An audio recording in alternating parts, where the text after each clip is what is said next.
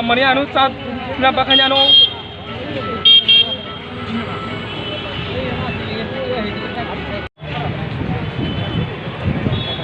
sekarang sakal bisa udah sibil cang ini rang kau tuh ada anak lang lagi oh dan juga lang anu lagi akhirnya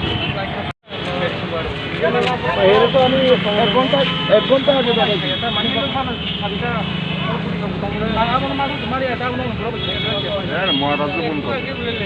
একটু আমরা যেটা একটু গাড়ি দিয়ে কোনি কেরা কেরা নিছে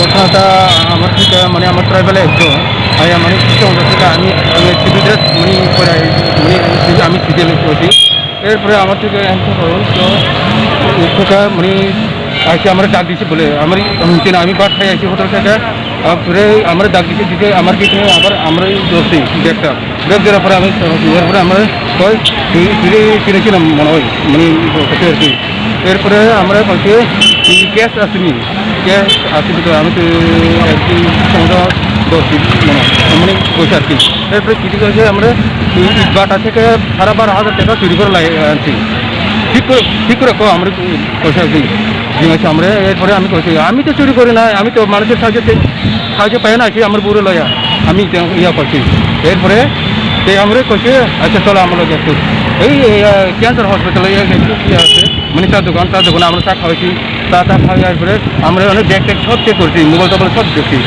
এরপরে কী করছি জানি এরপরে তাই আমরা কইছি টাকা কত আছে আমি গনে দেখেছি তার 7,500 টাকা এরপরে আমি আবার আমার বাবার দিকে গেল এরপরে আমরা তো টাকা দু তুই আইলে বিশ্বমন্দ বিশ্বমন্দ থানা আয়া যে সমস্ত তুই পাই না কালকেও আয়ে টাকা লো কাল আমি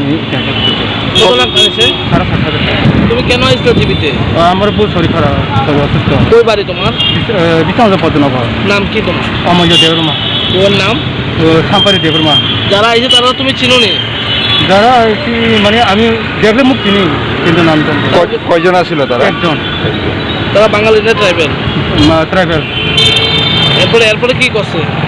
এরপরে আমার কইছে আমি এখন লই আইব সাংবাদিক লয়া আমি দুর্বল মানে সঙ্গে আমি একটু কথা কম লাগবো এরপরে টাকা নিছে কাছ আর কি নিছে? হ্যাঁ আর কি নিছে টাকা আর কিছু ছিল না কিন্তু মোবাইলে দেখছি মোবাইলে কত টাকা ছিল তোমার কাছে? 7,500 টাকা পুরো টাকা নিয়ে গেছে। পুলিশে জানাইছো বিষয়টা? না জানাইছি না ওখানে জানাইছি আমি ওখানে একটু হেল্প চাইছি স্যার সিসি ক্যামেরা যদি থাকে যদি তারা আমি দেখলে ধরন দেয় সিসি ক্যামেরা। কি হয়েছে ঘটনাটা? ঘটনাটা হয়েছে হে রুগী লিয়ে আইছে মেডিসিন বিভাগে তার রুগী ভর্তি তো তাকে একজন ট্রাইবেল ছেলে তাকে ডাক দিছে তাকে ক্যান্সার হাসপাতালের সামনে নিয়ে তাকে চাটা খাওয়াইছে টিফিন খাওয়াইয়া তাকে খাওয়ানোর পরে তারা আবার একটা নির্জন জায়গা নিয়ে তাকে বলছে তোমার পকেটে টাকা আছে বা টাকা বাইর করো তুমি কোনোখান থেকে টাকা লই আইছ এই কথা কইয়া তার পকেটের থেকে 7,500 টাকা লইয়া তার সম্পদ দিয়ে গেছে তখন লোকটি এমনি কোনো পরিচিত না এখানে ওখান যদি সিসি ক্যামেরা ডিশ দেখে তাহলে লোকটি মনে হয় চিনবে বাইর করানো যাইতে পারে। এই লোকটা কোন জায়গাতে আইছে জানেন কিছু? এই জায়গাটা এদিকের মধ্যে লোক কিন্তু কোন জায়গা থেকে আরো জানা এখানে ঘোরাফেরা করে তারা এই কাজ করে আর যেতে টাকা নিচে হে কোন জায়গাতে আইছে? যে টাকা নিচে হে বিশ্রান্ত পদ্মনগর বাড়ি হে কোন জায়গার বাড়ি? এর বাড়ি পদ্মনগর। আপনি কিভাবে চিনেন? আমি চিনি বলতে আমার পরিচিত বন্ধু বান্ধব। আপনারা বাড়ি কি একসঙ্গে? না, আমার বাড়ি হলো বাড়ির বাজার, এর বাড়ি হলো বিক্রমগঞ্জ সত্যনগর।